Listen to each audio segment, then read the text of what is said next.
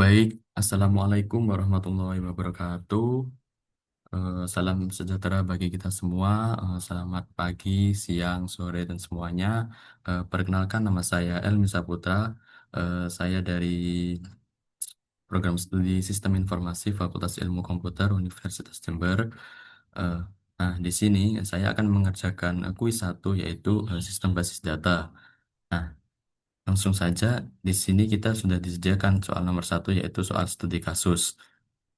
Di sini kita disuruh mencari sebuah apa namanya eh entity, entity dan juga kita analisis beserta atributnya juga. Nah, yang pertama kita langsung saja baca di sini.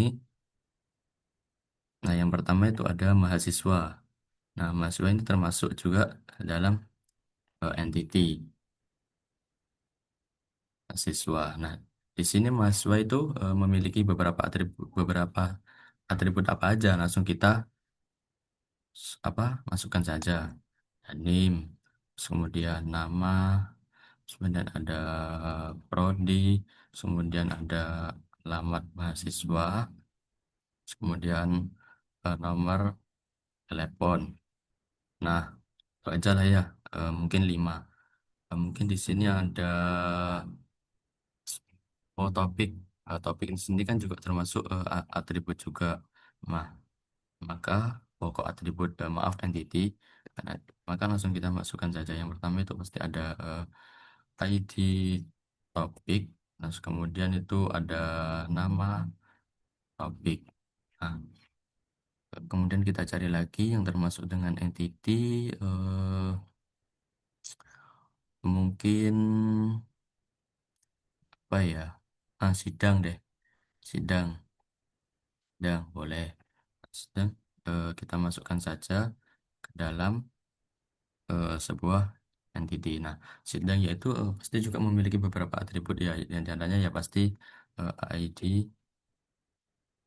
ID sidang, kemudian judul, kemudian ada laporan, dokumen, terus selain itu ada juga tanggal, terus kemudian ada waktu, terus kemudian ada status. Yang dimaksud status di sini yaitu bagaimana nanti setelah sidang pastikan sebuah dosen itu pasti memberikan keputusan di mana statusnya lulus atau tidak lulus.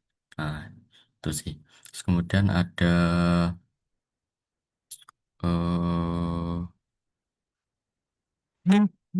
oh iya, ada ruang di sini. Nah, ruang kelas di sini. Kemudian ada ruang apa saja kita masukkan di sini ada ID ruang, kemudian nama ruang. Terus kita cari lagi, nah pasti ini dosen. Nah, dosen itu sangat penting ya, yang dimana pasti dibutuhkan pada saat sidang seperti itu. ID dosen, terus kemudian nama dosen. Habis nama dosen yaitu eh, alamat deh, alamat dan telepon, oh, nomor telepon. Nah, di sini langsung saja kita mencari natural UID dan secondary UID yang di mana primary primary UID dan juga secondary UID yang di mana primary UID itu sebuah atribut yang memiliki identitas unik.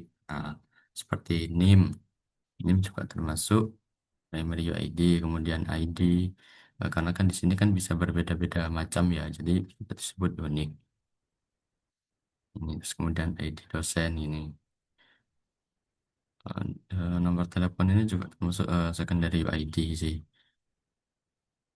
Mungkin tanggal bisa, waktu bisa.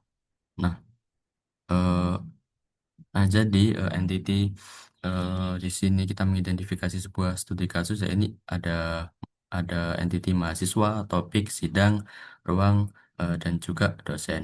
Nah, di sini kita Lanjut ke cardinality-nya. Nah, di sini relasi cardinality seperti many to many. Nah, di sini langsung saja kita kerjakan. Di sini ada relasi mahasis mahasiswa sidang. Nah, terus makanya yaitu one to many. Kenapa kok one to many? Karena satu mahasiswa itu bisa satu mahasiswa itu bisa mendaftar eh, sidang berkali-kali. Nah, sedangkan eh, sidang harus memiliki mahasiswa. Nah, seperti itu. Terus kemudian ada topik dan sidang. Di sini one to many, di mana eh, satu topik eh, menampung banyak pengajuan sidang. Sedangkan tiap sidang punya satu topik. Nah, seperti itu. Terus kemudian ada ruang dan sidang, yaitu ruang sidang itu one to many. Kalau nggak salah. Oh ya, one to many. One to many. Nah, kemudian terangannya itu satu ruang bisa digunakan eh, lebih lah ya, lebih dari satu sidang. Kemudian ada ruang sidang, ada dosen dan topik. Sini hubungannya yaitu many, many to many. Dosen topik itu karena kan eh, setiap dosen itu eh, mengampu setidaknya lah ya, setidaknya itu dua atau lebih topik. Sedangkan sedangkan satu topik itu diampu oleh banyak dosen. Nah, mungkin ada yang dosen ya, dosen sidang. Sini ada many to many, di mana setiap sidang memiliki dosen penguji, dosen penguji yang di mana sedangkan sedangkan dosen memungkinkan belum atau pernah menguji. Nah, seperti ini. Ini adalah sebuah hubungan relasi cardinality-nya. Kemudian lanjut ke optionality-nya, di mana ada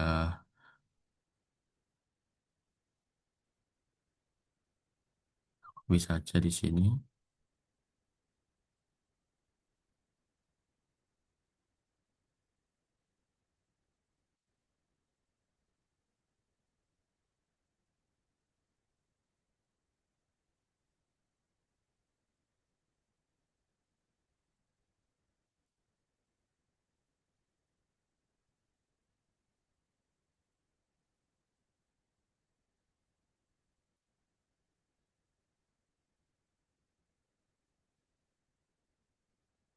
Di sini hubungannya yaitu wajib dan tidak wajib. Nah, kenapa wajib? Karena kan setiap mahasiswa bisa mendaftar sidang berkali-kali jika tidak jika tidak lulus lah, jika tidak lulus. Nah, terus sidang harus memiliki mahasiswa untuk sidang. Nah, kemudian di sini yaitu topik dan sidang. Eh, satu topik, satu topik itu menampung, menam, topik itu menampung banyak pengajuan sidang. Nah, sedangkan setiap sidang harus punya satu, satu topik. Kemudian di sini ada ruang dan sidang, yaitu relasinya yaitu satu ruang bisa digunakan lebih dari satu kali sidang. Dan ada dosen topik, yaitu setiap dosen mengampu setidaknya dua topik atau lebih, sedangkan satu topik bisa diampu banyak dosen. Sini dosen sidang berikutnya yaitu satu sidang memiliki dua dosen menguji lah ya. Eh, sedangkan dosen mungkin eh, pernah menguji. Nah, mungkin itu saja relasi dari cardinality dan juga optionality, yaitu lanjut selanjutnya di ERD, di mana ERD di sini ada mahasiswa, sidang, dosen, ruang, topik yang memiliki beberapa relasi. Nah, yaitu relasi mahasiswa ke sidang, yaitu mahasiswa melakukan sidang, kemudian sidang dilakukan oleh mahasiswa.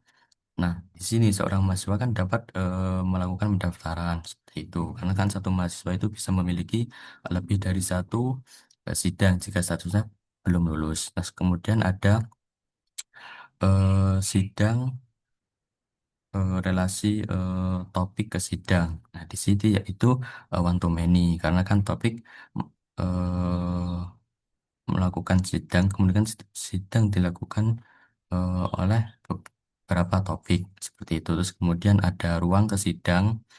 Ini ruang ke sidang yang dimana one to many yaitu sidang pasti membutuhkan ruang. Nah, sedangkan ruang digunakan untuk sidang. Terus kemudian ada dosen ke topik. Dosen ke topik yaitu dosen ke topik ini many to many karena topik itu diujikan oleh dosen dan dosen itu melakukan pengujian sebuah topik. Terus kemudian di sini dosen ke sidang yang dimana itu one to many. Karena kan sidang diuji oleh dosen, karena kan dosen menguji sidang. Nah, di sini juga ada apa namanya fisikal, bentuk jadi fisikalnya. Nah, kemudian langsung saja kita lanjut soal ke nomor 2 yang dimana kita disuruh eh, menentukan satu NF, 2 NF, dan 3 NF. Nah, di sini pada tahap satu NF di sini kan kita menghilangkan data yang menumpuk atau data redundan yang di dalam satu baris tabel atau kolom yang datanya itu menumpuk. Nah, seperti Kayak contohnya jumlah pesanan, nah seperti ini. Terus kemudian nama produk kan menumpuk. Nah, jadi kita pisahkan menjadi beberapa tahap eh, atau baris kolom selanjutnya. Nah, dan memastikan setiap kolom dan baris itu berisi nilai tunggal dan tidak bertumpuk. Maka jadilah seperti ini.